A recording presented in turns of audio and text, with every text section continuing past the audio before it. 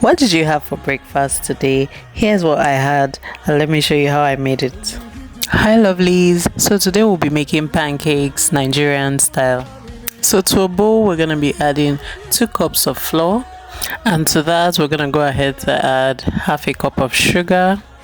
We'll also add half a teaspoon of nutmeg, half a teaspoon of salt, and half a teaspoon of baking powder.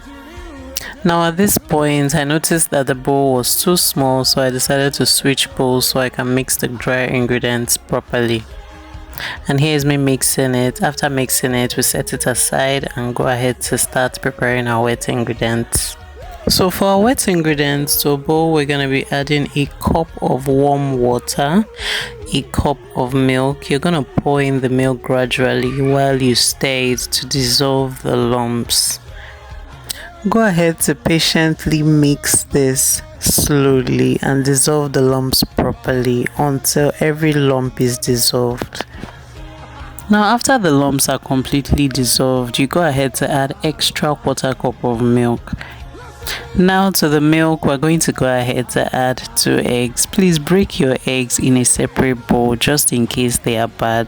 Now go ahead to mix your milk and eggs properly to combine them together. After combining the milk and eggs together, you go in with your 3 tablespoons of melted butter. And this is all we'll be needing for our wet ingredients. Now whisk properly and then proceed to add them to the dry ingredients. So we're going to make a hole in the middle of our dry ingredients and then go ahead to pour in the wet ingredients slowly while using a whisk to combine both of them together. So you're going to continue mixing until both wet and dry ingredients are well combined.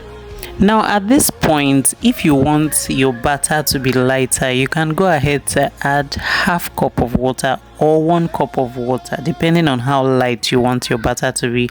I didn't want a lighter batter, so I decided to leave mine like this. Now we're going to go ahead to cut our onions and pepper. So there are 3 things that make Nigerian pancakes different from the regular pancakes. 1 is the onions, 2nd is the pepper, and then 3rd is the lighter consistency of the batter. Like I said earlier, I don't want my own batter to be lighter, but if you want your batter to be lighter, you go ahead to add half cup or 1 cup of water to this particular measurements. The list of the ingredients and their measurements will be in the caption. And for some reason I had already finished slicing my onions, or almost finished slicing my onions, before I remember to place it on the chopping board.